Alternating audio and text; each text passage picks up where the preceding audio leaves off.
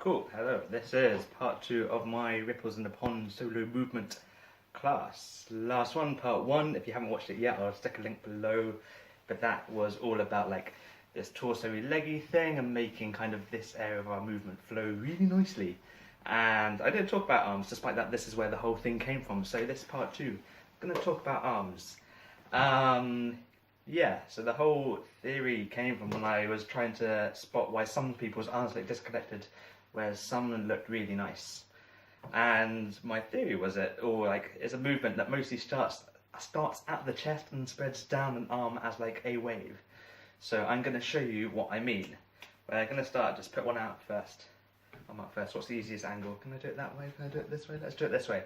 Where if you were to just move a wrist, it wouldn't look that good. But you can start like pretending it's a fishtail and being like, ooh, look, it's this one movement that spreads down the arm. But even that looks very isolated. You can make it a little bit bigger and start to kind of move the elbow. And now I've got like this one thing that spreads down the whole arm, but that's still very isolated from my body and what kind of my chest and my torso is doing. So see if you can move the initiation, like make the starting point your chest moving and let it spread down the arm. But it's going, and yeah, it looks a little bit like a kind of fishtail or something to me. And then you can try seeing what happens if you move it all at once, or if you move your body disconnected. They're both very different things. You can swap back and forth between those three and see it's like, yeah, this just kind of looks really stiff. This looks, what the hell is my arm doing right now? If I move the two together, suddenly it's a thing.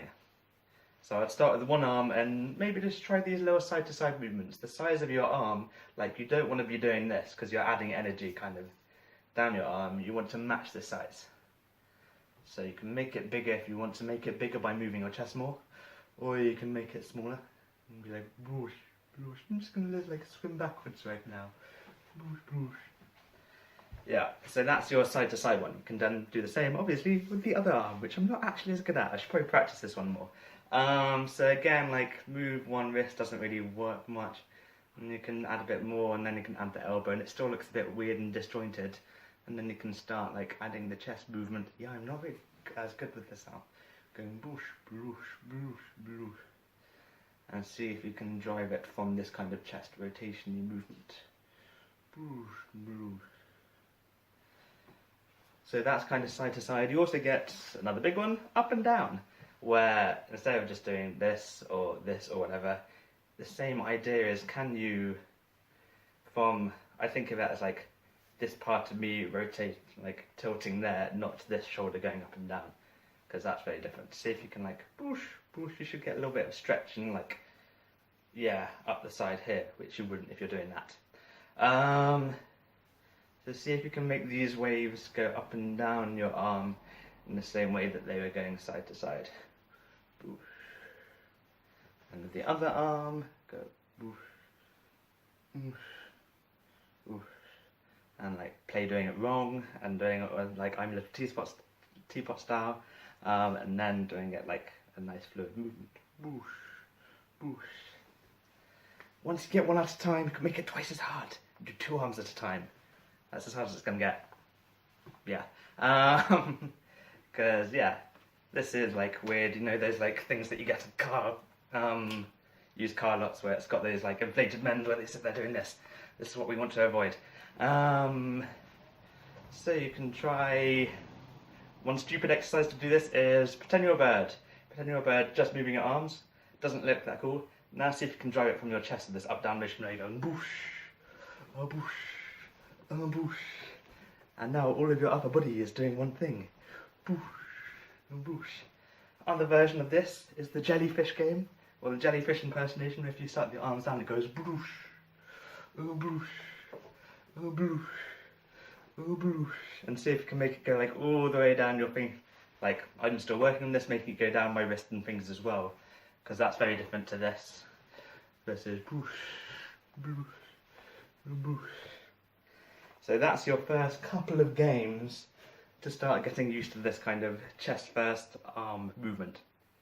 Gonna have a little tea break. This is a good point to hit pause.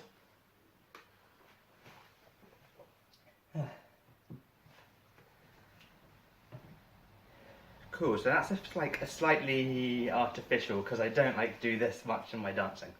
But I default to what I call the Thunderbirds position, which is when they stand out here and they're like, oh, brain, follow me this way, FAB. Because their arms stay out here a lot, but that's just because they're kind of, if you engage your back muscles a little bit and what have you, you do end up pulling this like slightly ballerina-y pose, I think, quite a lot. So my arms might be here, and if I pulse, like we talked about the pulse in part 1, which you've definitely watched, and that does go down my arm just a little bit. It's not like this massive thing, it's just like here, because that's very different to this. So have a little pulse and see how that affects your arms, because that is very different to oh yeah, my arms exist, don't they? I guess I should use them. And you can start doing things like, if you turn, then your arms go boosh, boosh, yeah, play with that. Play with just like turning side to side, go boo.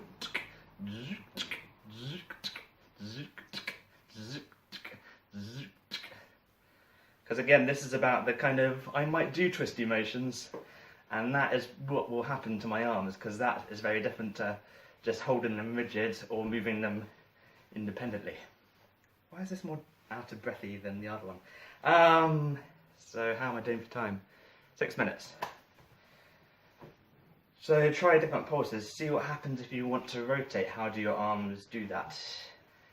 Like, to me, they get this very slight circular motion of their own, which is very different to just like holding them still, or just being like, yeah, pumping them artificially, which lots of people do, like, especially you get kind of bigger swing dancers doing chast, and it kind of comes very like driven from the hips and the shoulders, and it looks like this, versus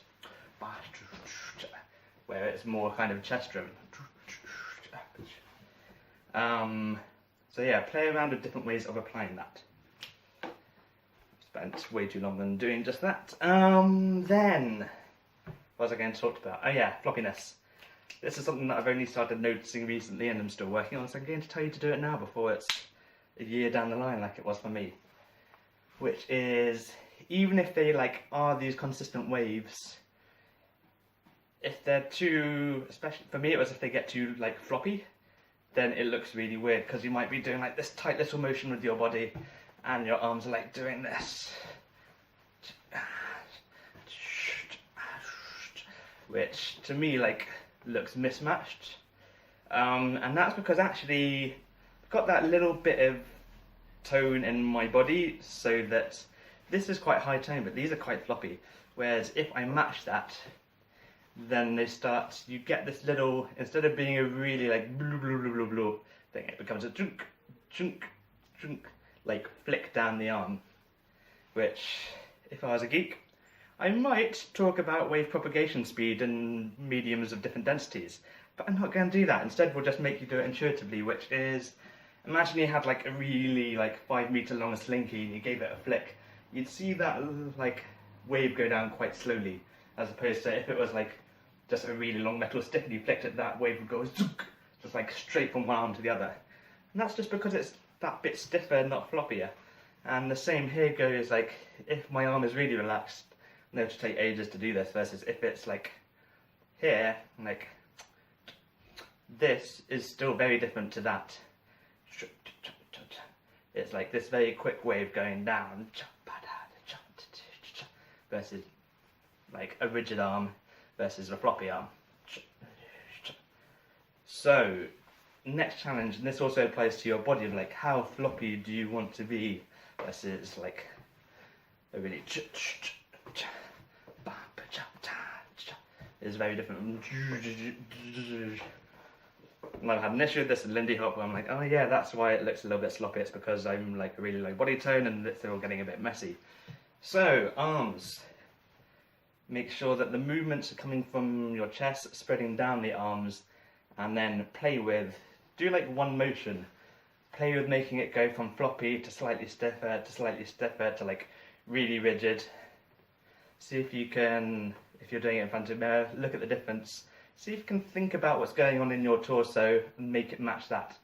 Because that comes back to, this one idea of you want everything to be one unified movement. And part of being unified is you want a bit of consistency of how fast the motion is going through different body parts. And I think that's everything, so happy practicing.